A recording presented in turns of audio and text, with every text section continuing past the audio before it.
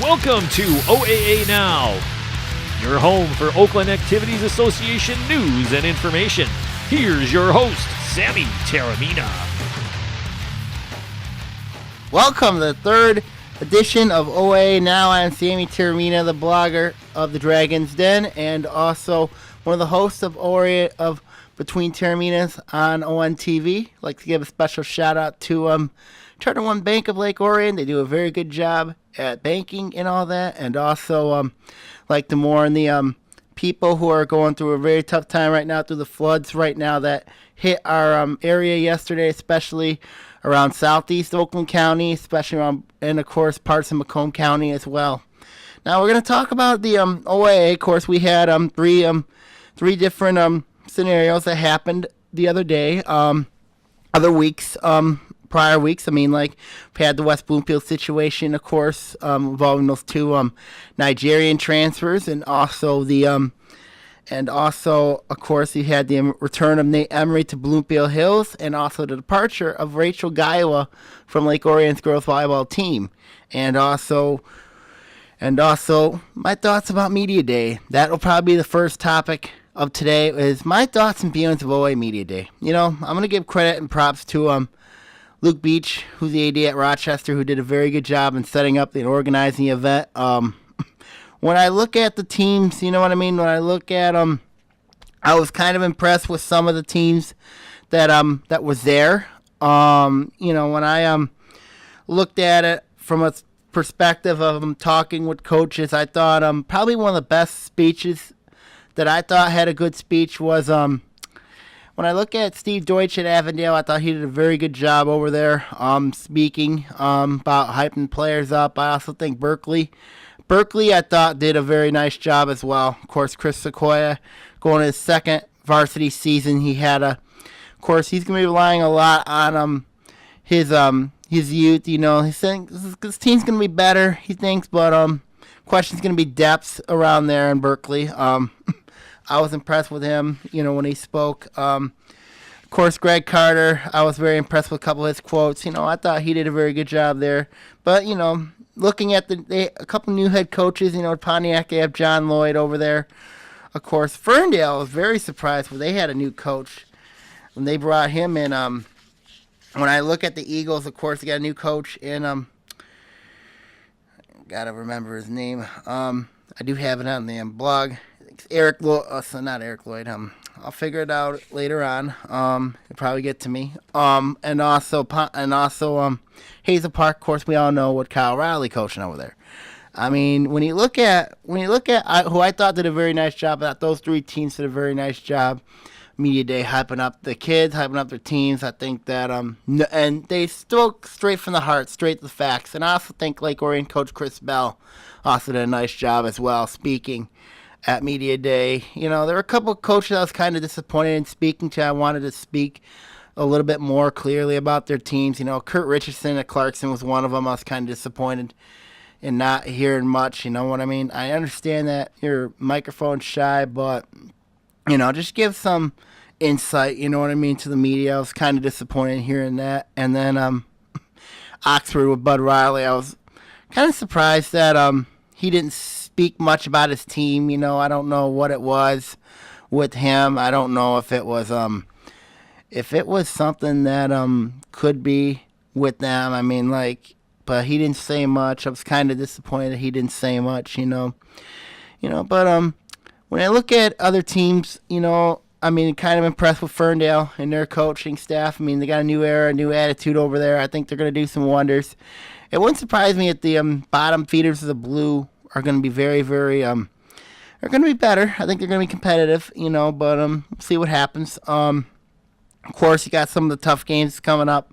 You know, first day of practice started Monday. Of course, this is the new rule change for the MHA. You can't wear full pads, you know, basically for a week. Kind of surprised about that, you know what I mean? You can wear shells, I mean, like, later in the week, but I'm curious to see how these teams will scrimmage and also do what they're going to do this year. I mean, like, I also learned some new things, you know what I mean, being in the media, of course, sitting down, you know what I mean, seeing people like Keith Dunlap, Dan Stickrat, Also, also Tom Markowski back from Detroit News. I know he's retiring at 35 years. Also, Nick McKay of the Detroit Free Press was also there, of course, and also ONTV was there. Of course, give props to my main man Joe Velez for being there, also doing the camera work at Media Day as well. And it was a great experience to be there.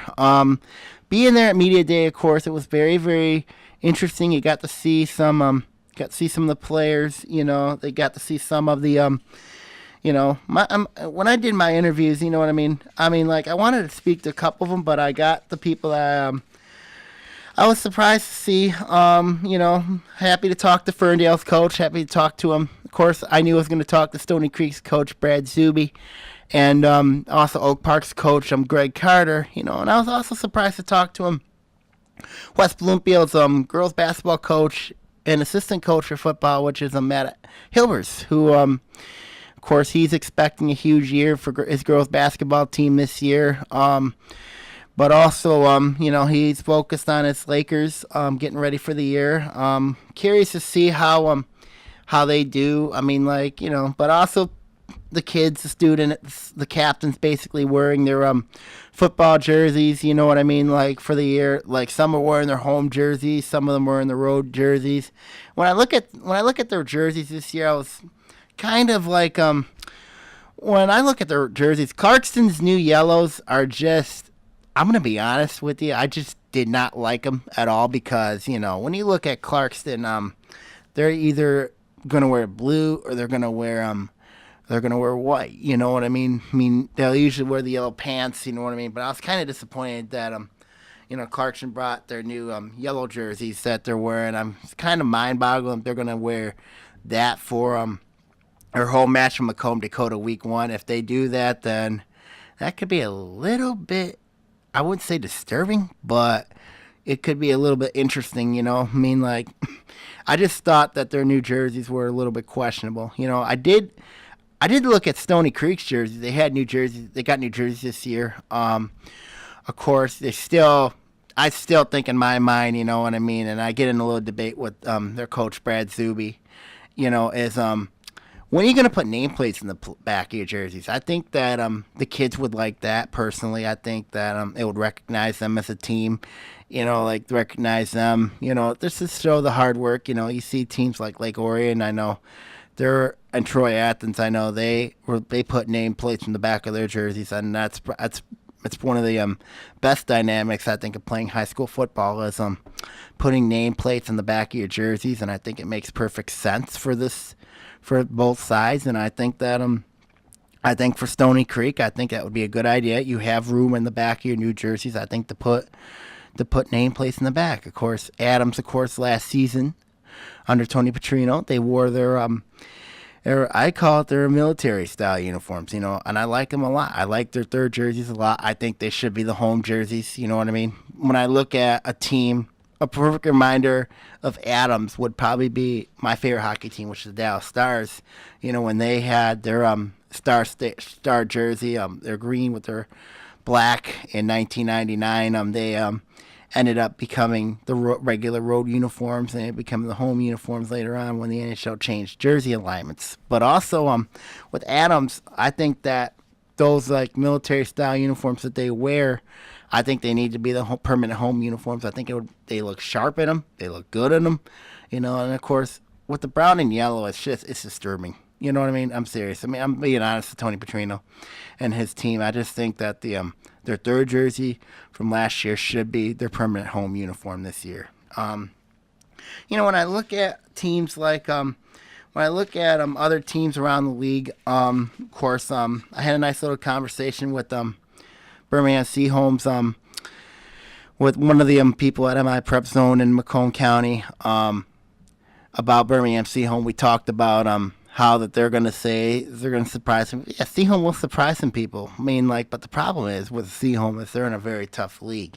When you look at Seaholm, they're in a very tough league. They got to play. If they want to make playoffs, they got to beat at least one of the big four, which is either going to be Harrison, Adams, Oak Park, or Southfield. They beat Southfield last year. In the playoffs, but Southfield, I was very surprised they have a theme called Unfinished Business. They want to make amends from last year's playoff disaster after winning the after being in the after winning the white last year. And then, if Southfield this is a playoff team. It could be a playoff team, but if Seaholm and Southfield could decide a lot heading into the season, and also they could decide what team goes to the playoffs and what team is going to probably be having a heartbeat, have their hearts praying when the selection show comes in November for the playoffs. But also, a team that I was impressed with, of course, Harrison. I thought they did a very good job. They're dressed up, shirt and tie. Very interesting, but team I was very disappointed with. I'm gonna be honest with you. I thought with Farmington, because a couple of things I didn't buy with them was I took a quote from John Buthel, their head coach at Farmington. I wrote it down, and he said, "Coaches work hard, looking forward to the challenge, and the future's bright." When I look at the word "future is bright," their JV team was not very good last year. Not sure what you get from your freshman team, you know what I mean, when you look at it. I'm kind of curious to see in that last line the word "future is bright." I'm curious to see that, because last year Farmington was 2-7. They didn't do well in the white. You returned a lot of key players, including, of course, big offensive lineman Justin Banks. I was kind of surprised, with Des Kirkpatrick, because he's not that big. I was very curious to see. I thought he would have been going a little taller, but I was very surprised with him. You know what I mean? But with Farmington, of course, they got that tough game with Harrison week 1. And then, of course, they close out the year at Wall Lake Central. That's a team that a lot of people are looking at, but a couple of the things that I looked at media day, I was not sold on John Buthel's comments when he said the future is bright in Farmington. I just don't think that would be a good thing at all heading into the year. Of course, when you look at them, and of course, and if they do win the blue this year, it would not surprise me if they go back to the white. Because, when I look at that situation with Farmington, it's like, okay, you were 2-7 last year. You didn't do well, but you were 7-2 in 2012. And then, of course, you were second place in the white, for goodness sakes. You had a very good year, but when you have a lot of athletes returning, that's usually not a good, that's a good thing to have. But when you have chemistry issues and what they had a year ago, they had a very tough season a year ago. And then, that's pretty tough to swallow this year if you're Farmington.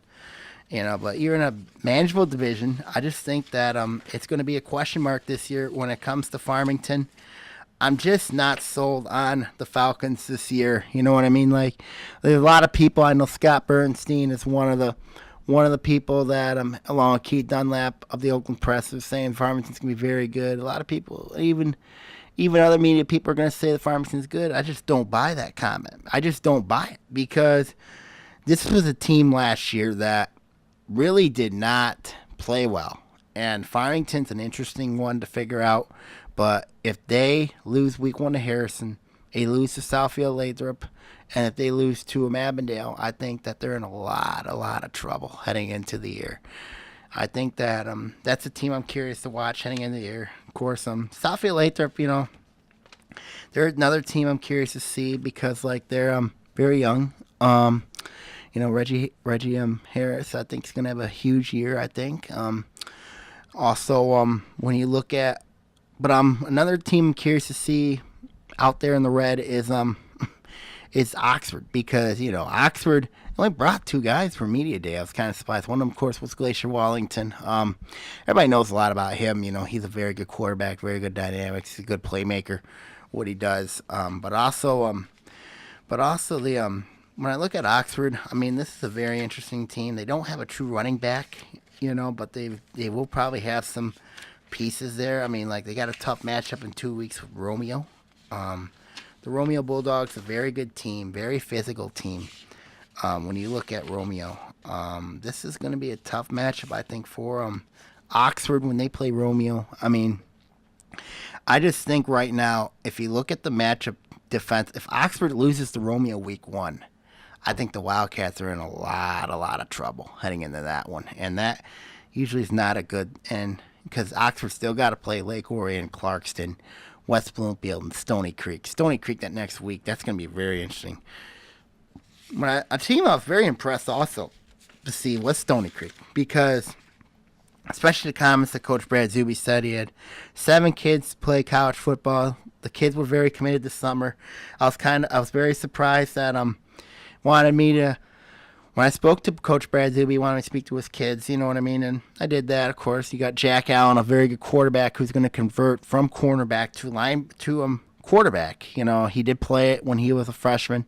He was a sophomore at Stony Creek, of course. And they also got a very good running back in Scott Reeder, who I think is going to do well. And you got Joe Platts and Andrew Price, who I think is going to be a very, very good 2-0 this year. I think that they're going to surprise some people heading into the year. Also, that I think that they're going to be a team, I think, to watch out for in this season, you know, but they could also struggle. I mean, but, you know, when I look at a team that was very, very good, you know, it's Rochester Adams, because Adams, they're going to be, they got Kyle Wood back, got Paul Morency back, and Jacob Orakarzy. I mean, like, this guy is very, very good. I mean, this team is going to be very, very good to watch. I think Adams, a lot of people say to me, Adams is a year away from competing in the white. I mean, well, you know, they could be, but, you know, this team's still going to be very, very good because they know how to run the veer option. They know how to run it. I mean, like, Tony Petrino is a very good coach. He knows what to get from his players. And also, I think that when you look at Adams, their schedule is very interesting. I mean, like, it's going to be an interesting match, Stony Creek week 1, but Adams, very impressive team on paper. And I do like that from Rochester Adams, that they're going to bring a lot heading into the year. You know, team that I'm concerned about, of course, is Pontiac. Pontiac, of course, you know, they're going through a lot of financial difficulties. I know Eric Lloyd, of course, the coach there. He came over. He's a teacher at Detroit Public Schools. He's handled difficult situations like this. I'm curious to see what Pontiac with that situation. You know, I'm worried about his numbers. You know what I mean, especially over there. It could be another long year over there at Pontiac. But that's a team I'm curious to see. I mean, like, and then of course Troy Athens has me very interested because I took a quote from John Hepner, their coach, from Joe Hepner, their coach. He says they're going to have size up front, speed, and relentless defense. This defense was not very good last year. And he took a quote, he said, win everything, everything matters. You know, very interesting, you know. They will win everything, you know. I thought, you know, with Troy Athens, I'm just not so on their defense this year. I mean, they're going to struggle, I think, defensively. You know, they got a nice running game. I mean, they got a nice quarterback and Alice Muscat back. But they're going to have size up front and a relentless defense. I just don't buy that. But Royal Oak was probably, and this is my last team I'm going to conclude with, is the Ravens. The Ravens, you know, they had a quote from their new coach, Jim Chapman. He said, respect victory. It's mindset. You have to have confidence, especially in life. That is true. You know what I mean? You know, you have to respect victory, you know. I don't know how many victories you're going to get this year, you know what I mean? But you got to respect it when you win, lose, or draw. You know what I mean? So it was kind of very special touch right there for Royal Oak, you know, how they're going to handle it this year. When we come back, we are going to talk about Nate Emery and also the coming back to Bloomfield Hills, and also the departure of Rachel Gaiwa leaving Lake Orion Volleyball program here on OAA Now.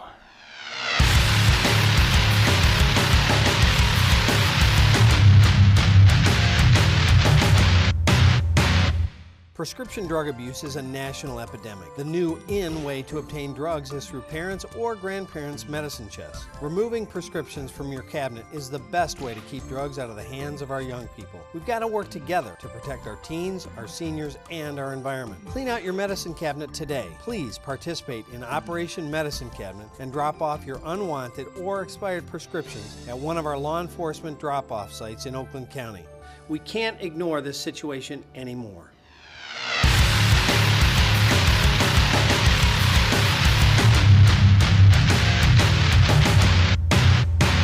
Welcome back to OAA Now. I'm Sammy Taormina, the blogger of the Dragon's Den, and also the one of the hosts of Between Taorminas. It'll be on Monday and Tuesday nights at 6:00.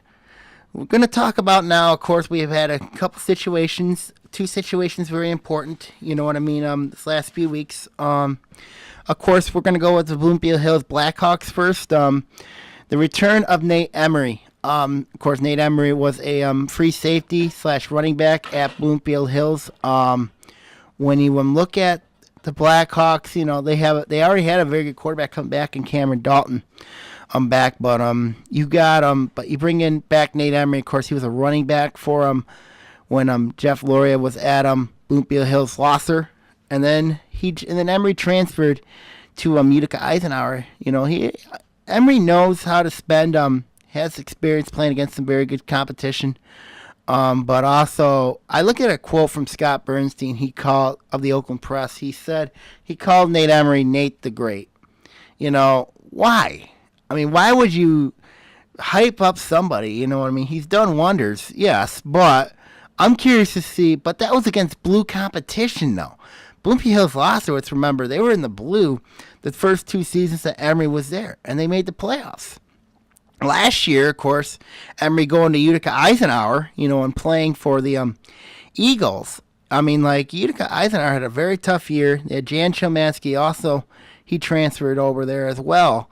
But he struggled a little bit there. And also, you know, and they had a 5-4 season, missed the playoffs. I mean, like, I was a little surprised to see that he's back in Bloomfield Hills. I mean, like, I'm curious to see how he plays against some red teams, you know, especially against those like Clarkston, Lake Orion, West Bloomfield, Oxford, and Stony Creek, and also, I mean, they did play free safety last year for the Eagles, and that's something that curiates me because, like, Emery, he has a lot of athleticism there. He's a very good athlete. He's one of the, but I'm kind of surprised that, especially when they moved into offense, especially that Jeff Loria at Media Day, he said that they would move him to quarterback. And I'm saying to myself, you already got a quarterback over there in Cameron Dalton. I mean, he was a gunslinger last year. And now you're going to put Emery as your quarterback.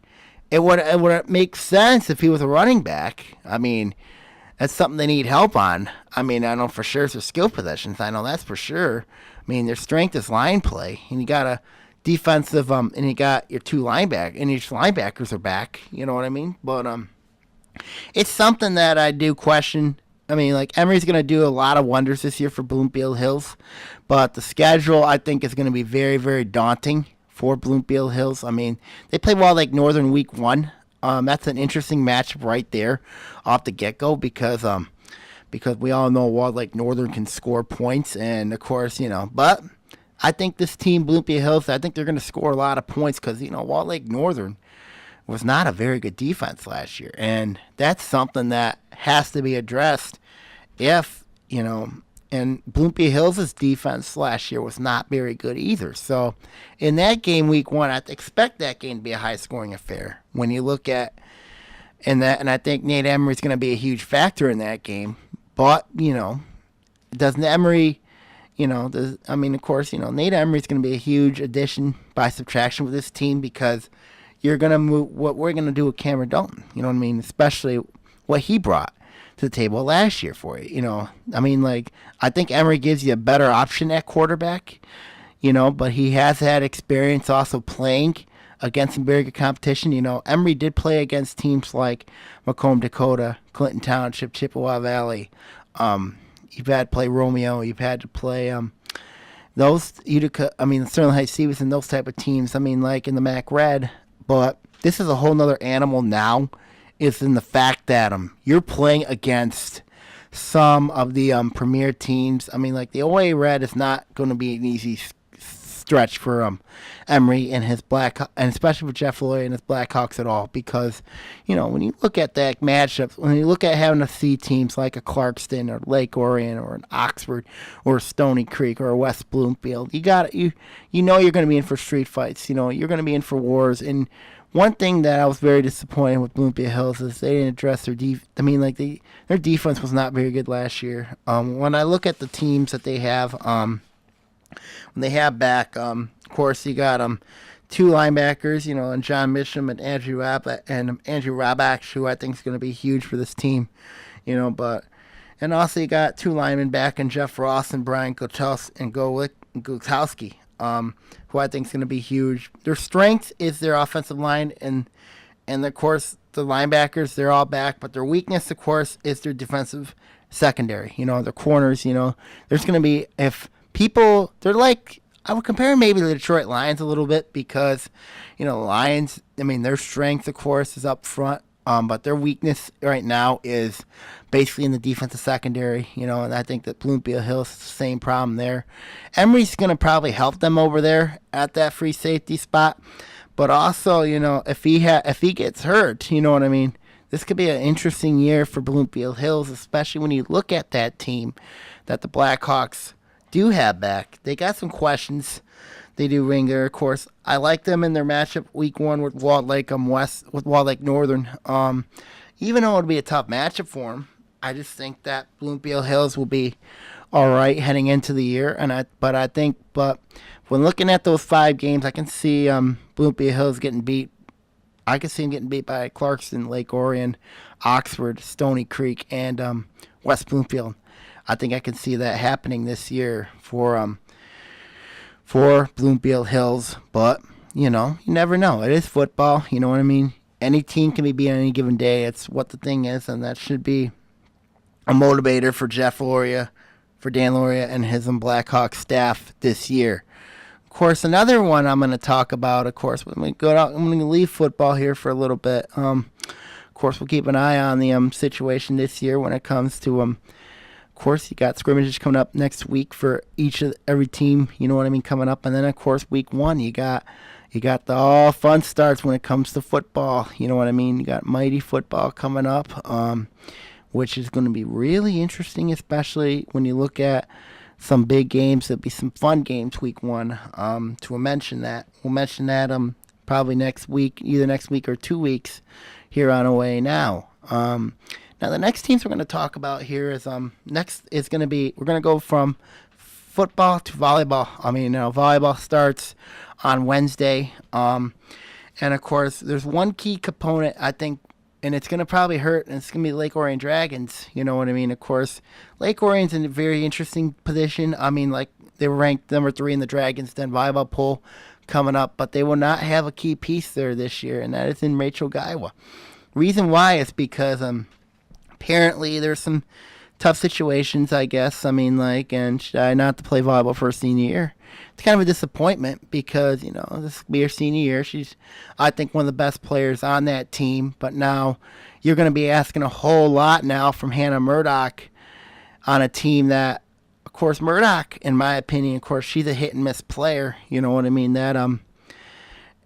She does well in spurts, and then there's matches where I think she does not do well in spurts, and that's something that if Lake Orion wants to be a good team this year, no doubt in girls volleyball, of course, Murdoch has to be very, very good, very, very accurate.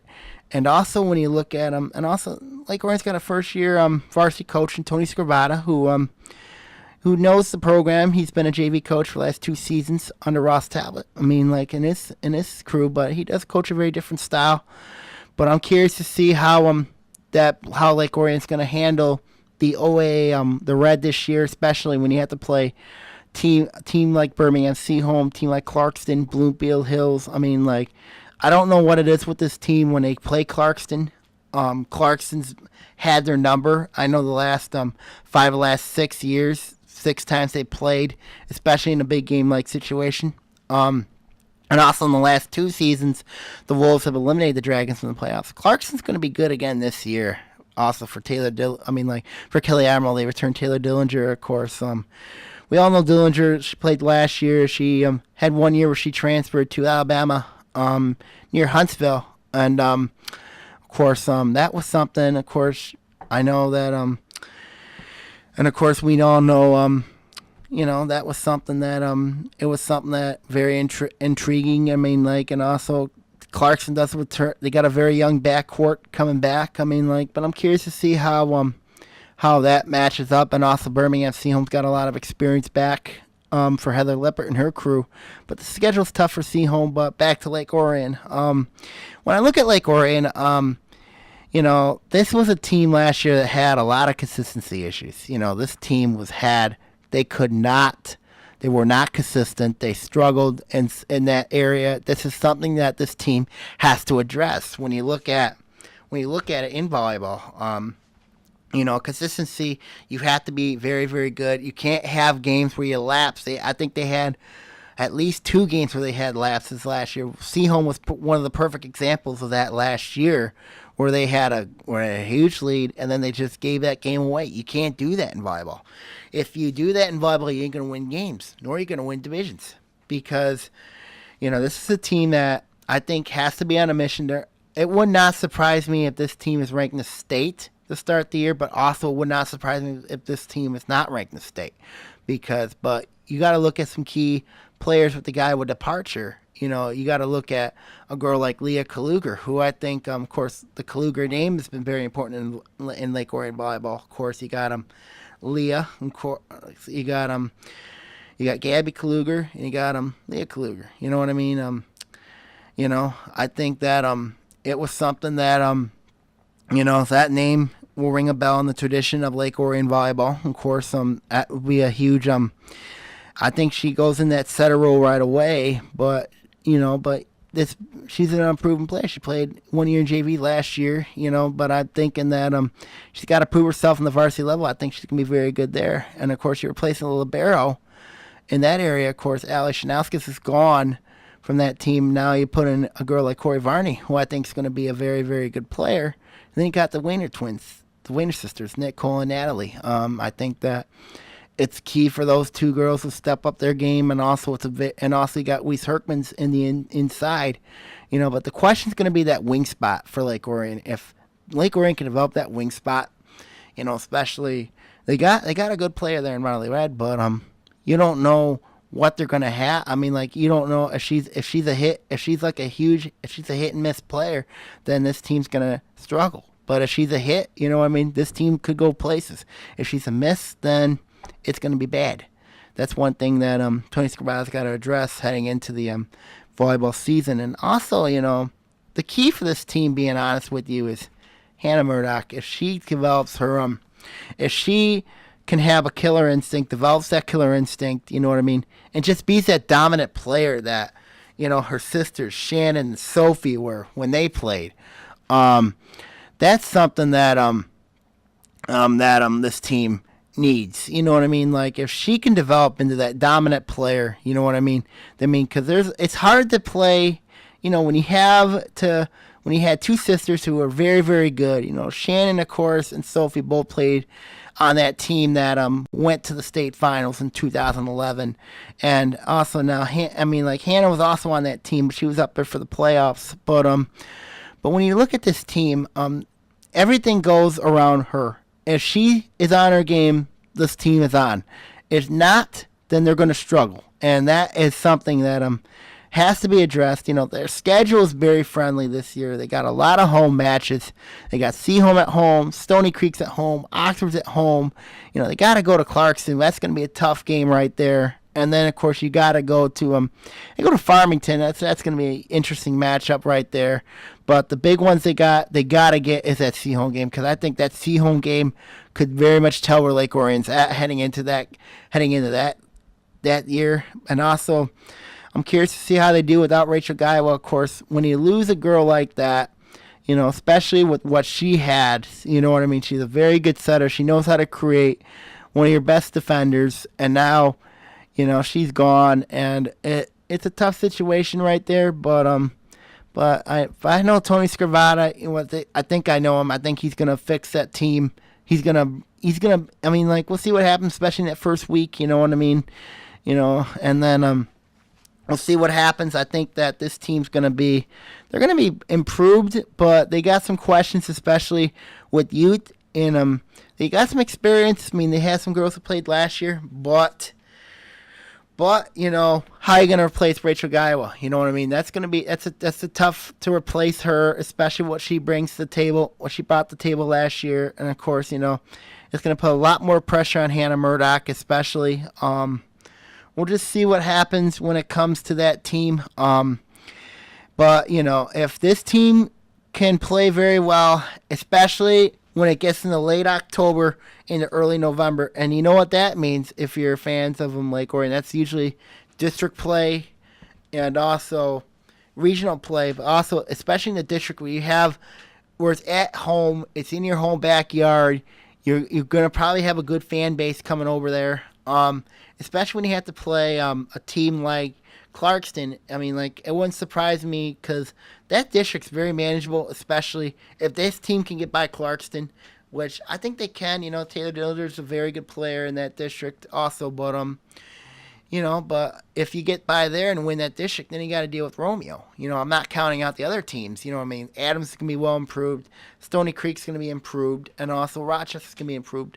Oxford, I'm curious to see because they lost their 3 best players. One of them going to Oakland and Darian Bandel, but also but that district very manageable for Lake Orion and Clarkston, I think, to win that. And I think that when you look at the regional side, Macomb Dakota is going to be down, especially because they lost a lot with Carly Snyder gone. And also when you look at a team like, and then you have Romeo, who of course returns some 2 very key players, and also they went to the quarterfinals last year, and they had and they lost to Birmingham Marion. And of course Birmingham Marion also, let's not forget, they're in the other, they're probably going to be they're in the other side of the draw. So the MHA did it more north-south, basically created that barrier, you know what I mean, where Oakland plays Macomb, you know what I mean, and South Oakland usually plays like the northern Wayne area, you know what I mean. So I'm curious to see how that handles there. But Birmingham Marion,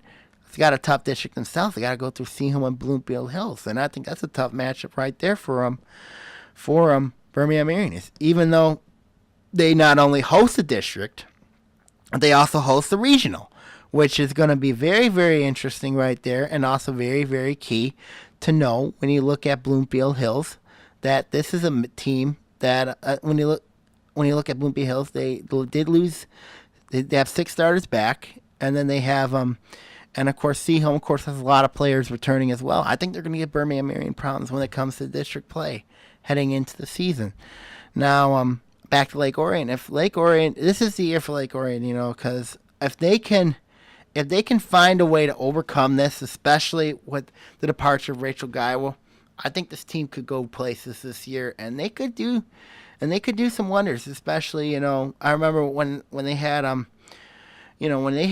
when Lake Orion, of course, went on that magical run back in 2011, they had to go through Birmingham Marion at Lake Orion, and that was they won an easy district over there at Rochester, but they went through Birmingham Marion, of course, beat a tough Troy team, then had to go through Macomb Dakota. Of course, Macomb Dakota is still a very good team that year, and also then they beat Clarkson in the rematch, and then before losing to Rockford. I mean, but if this team could go places this year, there's no doubt in my mind that Lake Orion could do some damage heading into the season. Now, when we come back, we're going to talk about the West Bloomfield boys basketball situation and what impact does that have on the Lakers heading into the winter of 2014 here, 2015 here on OAA Now.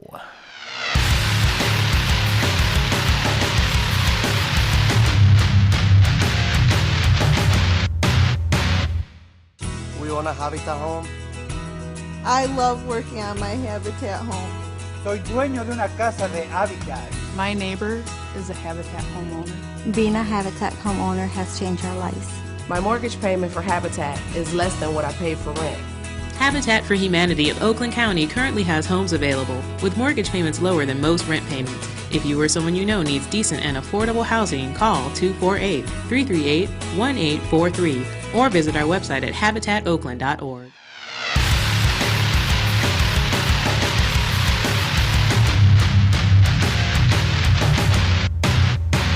Welcome back to OAA Now. I am Sammy Taormina, the voice of OAA Now, and of course also blogger for the Dragon's Den, and also host of the show Between Terminus on 01 TV. Good Goodness gracious, it's raining again. You know what I mean? I'd like to send my thoughts and prayers to those who are being affected by the Oakland County floods going on right now. Especially, I've been hearing I-75 and I-696 is basically like a river right now.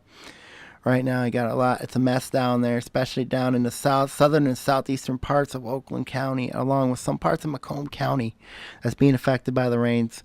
Also, I'd like to send a special shout out to Charter One Bank, who in Lake Orion, they do a very good job in doing what they do. Keep doing what they're doing best over there. And also, of course, the ONTV staff, of course, Joe Velez, Joe Johnson, Ian Locke, and Tracy Marsh also do a heck of a job with ONTV as well. But the next team we're going to talk about, of course, is a very interesting situation going on at West Bloomfield. Of course, a couple weeks ago, there was a court case. Of course, Linda Hallmark was a judge there for the Oakland County Family Circuit Court, and she decided, that the two Nigerian transfers that were supposed to go to West Bloomfield end up getting different guardians, and also she stripped the legal guardianship of Billy Thomas, the guy who was supposed to bring those two Nigerians to West Bloomfield. But what ended up happening was ended up being some issues, and now those two Nigerians are going to be back at UAD Jesuit for the near future. When I look at the situation with West Bloomfield, they're a team that got left out in the cold here because they had two of these guys. Of course, Billy Thomas's son played in that, and also one of the Nigerians played as well in the summer league over at West Bloomfield. When I looked at him, I thought I wasn't impressed with the Nigerian. I was not impressed, despite the fact that he had a very nice. He's big. He's very tall, 6'9". I mean, like dunk. But now when you look at that area, West Bloomfield, there's still going to be an experienced basketball team coming back in the OA Blue. Jeremy Dana, he's not. I mean, like, this team's still going to be very, very good. I mean, because you got Tristan Jackson back, Michael King's back, you got Adam Luage back, and of course you got Zach Edmond. I think that's the guy's name. Coming back as well. When you look at West Bloomfield, this team, and of course your JV team was very, very good last year. This was a team that went 18-2 a season ago. I mean, like, West Bloomfield, I think, is in really good shape, even if they didn't get the Nigerians nor Billy Thomas. I just think that this was a huge issue between Billy Thomas and also UD Jesuits coach Pat Donnelly. Of course, everybody knows Pat Donnelly. Of course, he can be a hothead, at times, but also you got to look at But the situation occurred when UD Jesuit decided to file a petition to the Child Department Services over there, and of course the case ended up going to the Oakland County Family Court. Billy Thomas. You got to look at it from two different perspectives when you look at the Lakers. When you look at UD Jesuit's side, they were doing this for the best interest of the kids. They said they were doing this for them. I just think with UD Jesuit, I think it's the when you look at the Cubs, this, I think, it's for state championship purposes because, when you look at it here, UD Jesuit last year went to the Final Four of boys basketball before losing to Bloomfield Hills. Of course, we all know the Blackhawks under Dwayne Graves had Cartwright, Gracie. Of course, Gracie did not play in that one. He was suspended for that one for doing stealing shoes. That was not smart at all. And then of course they had Yante Mayton. Of course, Yante, a very good player. He had size, he had strength, he can dunk. And also a very good shooting crew that they had, of course, when they merged in their first year. But I think in this situation, I think this was pre-planned by UAD Jesuit, that if they would have gotten these two transfers back, and also that they wanted to do this with the state championship run, just to make a couple state championships and win a couple of them. Do I think they can? Yeah, they got one of the they got one of the best players coming back. Also, but now this makes a very interesting district when they play. But they're probably going to be favored in the Catholic League again. And then, of course, in the district, of course, you got to deal with Southfield, Farmington, Detroit Renaissance, and, of course, you got UAD in there. I think that's a tough district over there at Detroit Renaissance when you look at that team. But, on the two transfers. And then of course you got to look on the on Billy Thomas' side. This was a guy, a businessman, who brought these two kids from Nigeria over to the United States with the sole purpose of playing basketball. Usually, and the MHA found out it was that exact reason and made sure that he would not be playing, that those two transfers not play this season. And for them, for those two, it was unfortunate that they didn't get to play basketball for the entire season. And also that when you look at it here, that and then of course he decided he had an issue with Pat Donnelly. He said, well, that's it. I'm gonna take my two. I'm gonna take my son Billy Thomas Jr. and I'm gonna take my two Nigerian transfers that I got and enroll them at West Bloomfield. Of course, this was a huge shock to Jeremy Dana because he found out about the situation like all of us did, reading a newspaper. Of course, got to give credit to Scott Bernstein. Did a very good job on this story, of course. And then there came a lot of panic, especially around the Lake Orion area. Of course, when you look at it, will West Bloomfield, because they were in the blue, supposed to be in the blue, start the year, they move up to the white now because of this move. So, but UD Jesuit then made a move, specifically, for these two to come back to UD Jesuit. And also, let's not forget, besides the family court situation, all that, what are the mind of these two? What is the best interest of these two? Besides throwing out the UD Jesuit case and also playing basketball, what would be the best interest of these two? What would it be? Would it be playing for West Bloomfield? If you play for the Lakers, you're gonna be dealing with a very good player in Tristan Jackson. You'll basically change that district a lot. And then of course, playing for UD Jesuit, for playing for a coach like Pat Donnelly, a lot of people look at him. I know he's a hothead, he's tough on people, but I just think, but the loser out of this whole thing, out of this whole mess, is West Bloomfield, because the Lakers, of course, this was a team, they could have gone places with these two Nigerians and Billy Thomas along with Tristan Jackson, but now you got to adjust to that, and I think this team will, I think West Bloomfield is one of the favorites in the OA Blue this year. Besides them, Oxford could give them a run, maybe Stony Creek could, but I just think right now, looking at the situation, if I'm those players, if I'm Tristan Jackson and the rest of the Lakers, I'm saying, well, you gotta say, what? They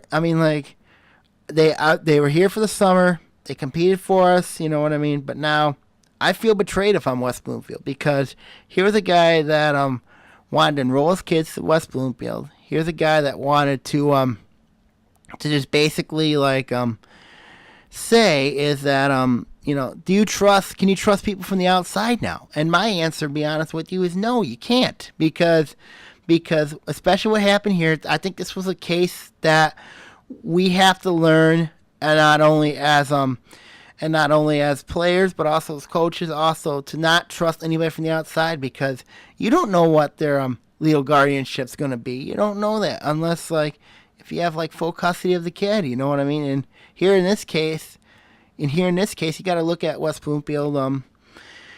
They're left hanging in the bag. But UD Jesuit, this is a team that's going to get a lot of the spoils when you add these two kids back. But also, you don't know. But also, they issued Linda Hallmark issued an order and said that Thomas cannot have any contact with the two Nigerians, nor can he have any contact with UD Jesuit grounds. And to me, that could be a little bit of a problem here, especially because once that order could be lifted, if that thing is lifted, that could lead some serious issues, especially between Thomas and Pat Donnelly. Especially it could derail their season.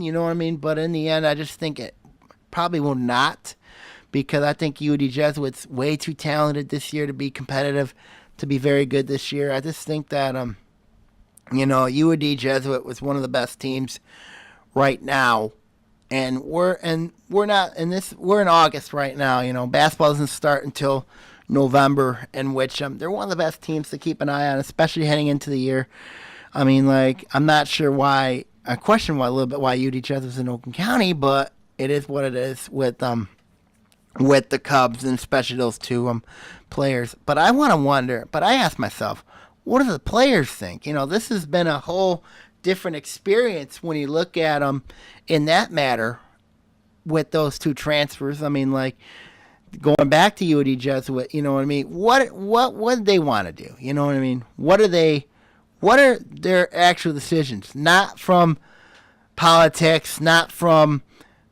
You got to get the opinion from both of them, from both those two Nigerians, if they would feel better if they played in a private school like UD Jesuit, or if they want to move on and play for West Bloomfield and live with Billy Thomas. But I heard a lot of controversy, and UD claims that they were abused by Thomas and his wife, and you got another side saying that, and the other side says, well, Donnelly's been yelling at the kids and saying, well, it's not a best fit for him. You know what I mean? So this case, like I said, is not over. It's going to be coming up in a court case. It'll be coming up in a court case in a court setting coming up next month. But the problem is those two Nigerians will be in school by then. School will be starting up by Labor Day. In which that could be a little bit of an issue heading into the year. But also, got to look at the MHA's case here. What will the MHA do? If the MHA finds out they don't like it when people transfer to another school and then they transfer back to another school, I think that's going to be a huge issue. I know they say these two are eligible right now, but on case of one of the boys, they played for West Bloomfield Summer League team, and he could be ineligible. You know what I mean? Again, I think the MHA, if they find out, and I think they're going to know about this, that he did play, I don't think he's going to play this season at all either. That's what I think would be the best case scenario. I think they'll probably let one of the Nigerians play this year, but I just don't think they're going to let the other one play because he played in that Summer League at Oakland, and I saw him, and he's played a couple Summer League games, and I think it's going to hurt him and his chances, especially to play. But if he does play, you know what I mean? Like, I think this is something MHA's got to crack down on, especially when you look at that situation. Now, in conclusion, of course, of that, this case is not over yet. They have another court hearing coming up in September. So this could still be a very interesting situation, but I think right now, in the best case, I think West Bloomfield should stay in the blue, and also that those two Nigerian transfers I think are going to play for UD Jesuit to start the year, but you never know. If Thomas does regain custody of one of the boys, I think that it could be a little bit of an interesting thing coming up, and also Jeremy Dana's got to keep an eye on his situation. The JV situation is a very good team that he's got there. And also I'm curious, and of course, I talked to him, West Bloomfield, some girls basketball coach, Matt Hilbers. He said that it was completely blindsided. He was blindsided. It was, he didn't know he was coming, and they didn't know that they were leaving. And, and I think he got stabbed in the back like everybody else around West Bloomfield, and it is what it is to look at it when you look at that situation over there. Final thoughts. So I think that it's not going to be an easy situation. This case is not over yet. We'll keep an eye on the situation, as we know, here on OAA Now, and of course, we'll keep an eye on it. Back to what I was going to say. Of course, football season's here. Of course, you got other sports starting up on Wednesday. Of course, you got volleyball. You got cross country. You got soccer. You got tennis starting up. It's going to be a very interesting year, I think, for the OAA teams. Of course, in tennis, you got Clarkson's one of the favorites there. Soccer, of course, you got Adams, Stony Creek. They're always good, and also Troy Athens is a very good team there in soccer. And then, of course, you also got cross country. Of course, Lake Orion, Birmingham, Seaholm are going to have huge stays in that this year. I'm curious to see how both the Maples and the Dragons do this year, especially when it comes to the league. And, of course, you got the icon there at Lake Orion, Stan the Man Ford, who's going to be very happy this year to see how his cross-country kids do this year. And also, you got to look at, and also you got swimming. Also, I'm curious to see how the swimmers do. Birmingham both Birmingham Groves and Beverly Hills Woolly Groves, and Seaholm, of course. Birmingham Seaholm, always good teams there, and Bloomfield Hills is going to be also good, but we'll see what happens heading into the year. I'm curious to see how each team performs heading in, and I wish everybody there the best of luck, especially competing. I wish all student athletes, especially in the OAA, especially the best of luck of competing this year. And we'll just see what happens. We'll find out what we all know, and wish everybody stay safe, of course, especially in Southeast Oakland County. Stay safe from the rain, the flooding, also stay safe to everybody, here on OAA Now. Of course, I am Sammy Taormina signing out. Good night. God bless you all. And, of course, OAA fans, let's enjoy the season as we all. Good night and good luck. OAA Now is produced at Orion Neighborhood Television, Lake Orion's community media outlet. To learn more about ONTV, visit our website at www.orionontv.org or call us at 248-393-1060.